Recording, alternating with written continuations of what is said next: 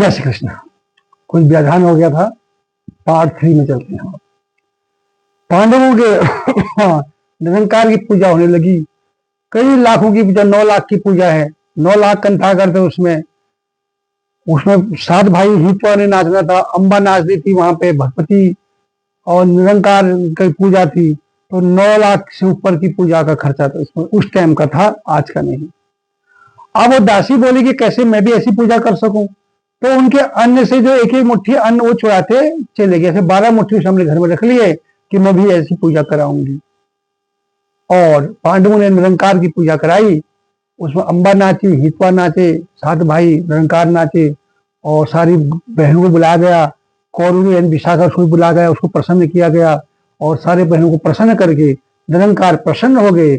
और भगवान विष्णु का जो कोड़ था वो खत्म हो गया, पांडवों का कोड़ खत्म हो गया। पांडव घर में सिद्धि सिद्धि पहले की तरह हो गई। निरंकार की पूजा इतनी महत्वपूर्ण, इतनी इंपॉर्टेंट पूजा निरंकार की, जहां बहनें खुश, निरंकार खुश। अब इतनी बड़ी पूजा कैसे कर सके? भगवान फिर अपने क्षीर सागर में चले गए, विष्णु ही अपने ध्यान में चले गए उनको छोड़ करके। लेकिन उस जो दासी थी, जो कुटने के लिए काम करने आई थी, जो अन्न लेके गई थी, बहुत देर तक पूजा नहीं कर पाई निरंकार की। उस पर भी दोष लगा निरंकार का, चोरी किया था, मन में संकल्प किया था करने का, करी नहीं। उसके बच्चे परेशान हो गए, कोई पागल हो गया, कोई लूला हो गया, कोई लंगड़ा हो गया, घर में उसी आधी ब्याधी हो गई, वही खाने के लाले जैसे पांडवों की सही मूर्ति हो गया। निरंकार तो सृष्टि के कार्य है, तो हर चीज से आदमी को दूर कर देते हैं। दवाइयां नहीं लगी, बीमारी लगी, दवाइयां नहीं लग रही, दवाइयां नहीं लग रही है। तब जाकर के भगवान जब सिद्धि होते हैं तो आदमी को बुद्धि दे देते हैं। तो भगवान दया में आते हैं ना, आदमी को बुद्धि दे देते हैं। तो उनको बुद्धि हुई कि क्या कारण होगा, हम परेशान क्यों हैं। वो फिर एक बर्मा के पास गए पूछने के लिए। बर्मा मतलब ज्योतिषी कह लीजिए, या जो बकवास है उनके पास। उन्होंने बोला, भैया आपने निरंकार की पूजा का संकल्प किया था, 12 मुट्ठी अन्न घर में रखा भी उनकी पूजा के लिए, आपने पूजा नहीं करी। वो इतनी पूजा, महंगी पूजा कैसे करें। उसके जो बेटे थे, बड़ा बेटा था, क्या मैं जाता हूं, भगवान कहाँ मिलेंगे, मैं उनको मनाता हूं। वो ही फिर क्षीर सागर में गए, भगवान से प्रार्थना करी, प्रभु माँ ने जब संकल्प किया था, इतनी व्यवस्था ही नहीं हो पा रही है, मैं कहाँ से करूँ इतनी बड़ी पूजा। हम तो गरीब आदमी, हम तो दासी हैं, घर में बर्तन साफ करते हैं, काम करते हैं, तब कमा रहे हैं, हम पूजा कैसे करें। भगवान बोले, पूजा तो मेरी करनी पड़ेगी, क्योंकि तूने संकल्प कर रखा है। मेरे लिए कोई राजा नहीं, कोई रंग नहीं, कोई गरीब नहीं, कोई अमीर नहीं, मुंह से मैं तो वचन उखारी हूं, तूने वचन कर रखे हैं तो पूजा करनी पड़ेगी। हाँ जा, तू 9 लाख की पूजा छोड़ के 12 मुट्ठी के बैरान मुझे लगा दिए, 12 मुट्ठी का भोग मुझे लगा देना चावलों का, मैं तेरी 12 मुट्ठी में ही प्रसन्न हो जाऊंगा। तब से भगवान निरंकार की पूजा में 12 मुट्ठी का भोग अवश्य लगता है, वहां पे देते हैं। कोई कमी बेसी हो तो कहते प्रभु ये 12 मुट्ठी आपने वादा किया था करने का, मेरी पूजा होगी, वो हम आपको दे रहे हैं। तो 12 मुट्ठी का जो है भोग निरंकार को लगता है। निरंकार ध्यान मत होते, निराकार रहते हैं, उनका किसी को दोष नहीं लगता है। और जो बहन बेटी उनको पुकार लेती है, उसकी तुरंत सुन लेते हैं। मेरे सामने की एक घटना है, किसी गांव में निरंकार उनके आदि देवता थे। वैसे तो कुमाऊं के हर घर में निरंकार ही श्रेष्ठ देवता है, पर किसी के आराध्य देवता वहां निरंकार की पूजा होती है। कहीं बार निरंकार की पूजा नहीं होती, निरंकार की को नचाते हैं, उनको प्रतिष्ठा करते हैं, उनका आशीर्वाद देते हैं, और उनकी पूजा नहीं होती। वो फूल की पूजा लेके ही प्रसन्न हो जाते हैं निरंकार, उनकी विशेष पूजा कहीं पर नहीं होती। पर हर घर में निरंकार होता है, चाहे वो कतूरी के घर में हो, चाहे वो हरहित के घर में हो, चाहे हितू के घर में हो, जहां भी वो जाएंगे वहां निरंकार ही अवश्य होंगे। हर घर में निरंकार की पूजा होती है। पर कहीं वो गुप्त रहते हैं, कहीं पर वो नाचते हैं, कहीं वो गुप्त रहते हैं। लेकिन कहीं अगर नहीं नाचते तो बाहर से उस जिस नाचने वाले को बुला के उसके दर्शन करने पड़ते, बिताना पड़ता है। निरंकार इतने सीधे साधे हैं और बहनों की जल्दी सुनते हैं। आपको अपने सामने की घटना बताता हूं। मेरे पास जो केस आया था, 2 महिला थी, जेठानी और देवरानी दोनों के बीच में आपस में बनती नहीं थी। तो सबका ये कैसी की नहीं बनती पहाड़ में, तो खासकर जेठानी देवरानी की अपनी होती है। तो जेठानी के खेत से किसी ने रात को मूली चोरी कर ली, जो पहाड़ की बड़ी बड़ी मूली होती है, एक ने मूली चोरी कर ली जेठानी के खेत से। अब जेठानी को मौका मिल गया वार करने का, उसने देवरानी पे चोरी का केस लगा देगी, तूने चोरी करी है, तूने ही चोरी करी है, और तुम देखा न तूने चोरी करी है, ये चोर है, चोर है, पूरे गांव में फैला दिया किसी मेरी मूली चोरी करके। अब देवरानी क्या करे, शर्म दुनिया की आ रही है, चोर बता दी उसने। उसने कहा भैया मैंने तो चोरी नहीं करी है, ऊपर निरंकार है, ये दे रहा होगा ऊपर से, ये दे रहा होगा उसे, जिसने भी वो चोरी करी है उसके हाथों में कोड़ हो जाए, ऐसा उसने कहा। चलेगी कुछ दिन बीते, कुछ पार बीते, जिस जेठानी ने चोरी लगाई थी, जेठानी ने क्योंकि मूली तो उसने खुद में ली थी मूली, लेकिन उसे झूठा इल्जाम लगाया था, उसके ही हाथों में कोड़ हो गया, आदमी के हाथों में कोड़ हो गया। बच्चे परेशान हो गए, कई जगह दिखाया, ठीक नहीं हुई। फिर बाद में जब हम हमारे पास आए, हमने विधान बताया भैया ये तो तुम्हारा निरंकार का वो है, तुमने इसको झूठा आरोप लगाया है। वो बहनों की बहुत जल्दी सुनता है, लड़कियों की बहुत जल्दी सुनता है, महिलाओं की बहुत जल्दी सुनता निरंकार, और सत्य का साथ देता है। या तुम कितने भी उसके भक्त हो, अगर तुम बेईमान हो वो आपका साथ नहीं देगा, वो सत्य का साथ देगा।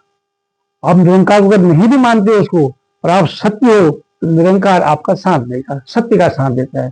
आपने झूठा आरोप लगाया है। फिर जाके वहां पूजा पाठ करी, वहां पे उनसे जो उनसे बनता था पूजा करी, उनकी निरंकार प्रसन्न हुए।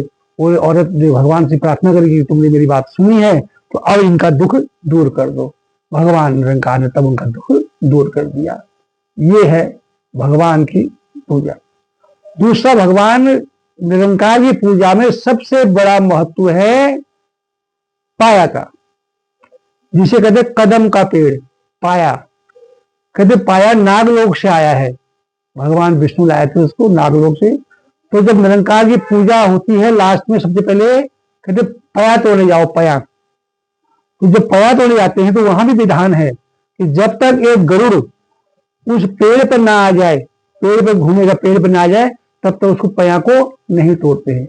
वहां खूब बाजा बजेगा, नाचेंगे कूदेंगे पेड़ के आगे, जब तक गरुड़ नहीं दिखेगा। एक गरुड़ आता है, वो पेड़ की चारों तरफ घूमता है, वो 3-4 बार परिक्रमा करता है, फिर वो गरुड़ चले जाता है। उसके बाद पया को तोड़ते हैं। उस पया का बड़ा महत्व है कुमाऊं क्षेत्र में, हमारी पूजा में। हम जब भगवान सत्यनारायण की कथा करते हैं तो भी अपने घरों के अंदर पया की उस टहनी को लगाते हैं, पया की पत्ती से पूजा करते हैं। और निरंकार की पूजा में भी पया का वो है। अब गरुड़ भगवान की पूजा क्यों करते हैं, गरुड़ भगवान की पूजा क्यों करते हैं, ये मैंने बताया आपको। भगवान विष्णु की पूजा होती है। विष्णु का ये रूप है निराकार, नर में आकार, पर उनका वेशभूषा भगवान शंकर से मिलती है, तो उसे निराकार शंकर से भी मानते हैं। ज्यादातर जगह जो शंकर की पूजा, शंकर की व्याख्या करके उनको नचाते, अवतार करते, शंकर की पूजा करते, विष्णु का गुणगान नहीं करते। वहां पे पूजा शंकर के नाम से करते हैं। निरंकारी, निरंजन, निराकार, निराकार मेरा प्रभु साकार, एक वो पूजा करते हैं। लेकिन उनका वेशभूषा जो है वो भगवान विष्णु की रूप में होती है, और फया के पेड़ की होती है। और फया के पेड़ में उसकी पूजा पूर्ण नहीं होती है। जब फया का पेड़ घर में जाएंगे, पत्ते टकेंगे, तब उनकी शंकर भगवान की, निराकार भगवान की, निरंकार की पूजा होती है। और गरुड़ के भी भगवान विष्णु के वाहन है, उनका आना जरूरी है। लेकिन एक इतिहासकार मैंने देखा था, कुमाऊं पढ़ा मैंने इतिहासकार का, उनका कहना यह था निरंकार की उत्पत्ति जो है पूरे खगोल में, उसे पृथ्वी नहीं थी, सिर्फ धुआं ही धुआं था। उस धुएं में जो है एक भगवान निरंकार पैदा हुए। निरंकार पैदा हुए तो उन्होंने अपने एक बाएं हाथ से, जांग से थोड़ा मांस निकाल मथा, उससे बनाया गरुड़, और बाएं पैर से मथ करके बनाई गरुड़ी, 2 गरुड़ गरुड़ी बनाए। तब गरुड़ का मन जो है गरुड़ी पर लग गया, बड़े हो गए तो उससे विवाह करने के लिए बोलने लग गया। तो गौरी बोली नहीं, हम तो एक ही अंश से पैदा, हम तो भाई बहन हैं, मैं तो शादी कैसे कर सकती हूँ, तो शादी ना हो तो तुझे संबंध कैसे बना सकते हैं। गौरी को बड़ा दुख हुआ कि मेरे संसार में कोई नहीं है जिसे अपना समझा था मैं, और ये बहुत वो रोया, बहुत रोया, बहुत रोया। और गौरी का मन भी जो है उसके रोने में रुंधन हो गया, उसने उसके आंसू पी लिए। गरुड़ जो है वो बहुत दूर निकल गया और गरुड़ी उसमें उसके प्यार में फिर होगी, और उसके आंसू से गरुड़ के जो है गरुड़ी के पेट में गर्भ हो गया। गरुड़ी के आंसू पीने से गरुड़ी के पेट में गर्भ हो गया। अब गरुड़ी ढूंढ रही है गरुड़ को कि कहाँ गया हो, मेरा बच्चा, ने क्या करूं, कैसे करूं। ढूंढते ढूंढते जब गरुड़ी को गरुड़ मिला, काफी समझाया, गरुड़ ने उसकी बात नहीं मानी, बहुत रुष्ट हुआ, बहुत दुखी था। लास्ट में गरुड़ी ने गरुड़ को मना लिया। तो गरुड़ी बोलिया, मेरे तो बच्चा होने वाला है, अब मैं अंडे कहाँ दूं अपना अंडा माँ, जगह यहाँ स्थान तो है नहीं, जगह है नहीं, कैसे अंडा दूं। तो कहते गरुड़ ने अपने पंख फैलाए, बोले मेरे पंख में तो अपना अंडा दे दे। और गरुड़ ने अंडा दिया, अंडा उसके पंख से नीचे गिर करके टूट गया। फिर जो अंडे का जो नीचे का सेल था, उस सेल से जो है पृथ्वी बनी। तो ऊपर का सेल था, ऊपर के सेल से आकाश बना। जो जर्दी थी, सफेद जर्दी होती है, उससे समुद्र बना।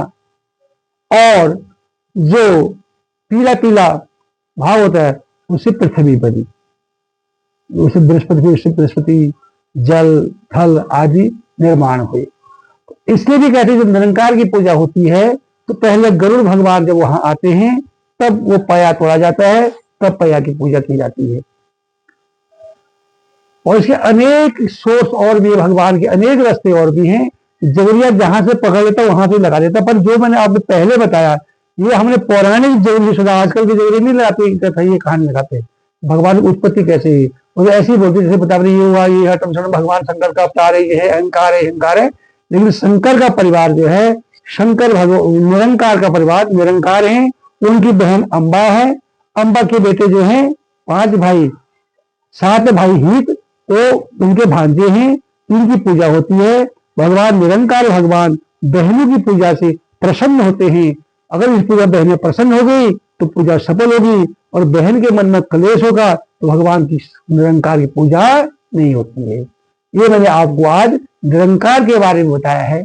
आपको कैसी जानकारी लगी अवश्य मुझे कमेंट कीजिएगा। आगे मैं आपको उत्तराखंड के और देवी देवताओं के बारे में बताएंगे।